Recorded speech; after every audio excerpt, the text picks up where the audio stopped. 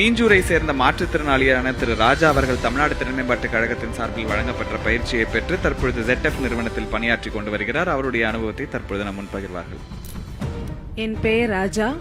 நான் மீஞ்சூர் பகுதியிலிருந்து வருகிறேன். நான் செயின்ட் லூயிஸ் காது கேளாதோர் மேல்நிலை பள்ளியில் 12ஆம் வகுப்பு முடித்துள்ளேன். செவித்திறன் குறைபாடு இருக்கிறதுனால எனக்கு வேலை கிடைக்குமா என்று நான் தேடி அலைந்த போது வெற்றி நிச்சயம் திட்டத்தின் மூலமாக ZF கம்பெனி எனக்கு அசம்பிளி டெக்னாலஜி ட்ரைனிங் கொடுத்து எனக்கு வேலையும் கொடுத்துள்ளார்கள்.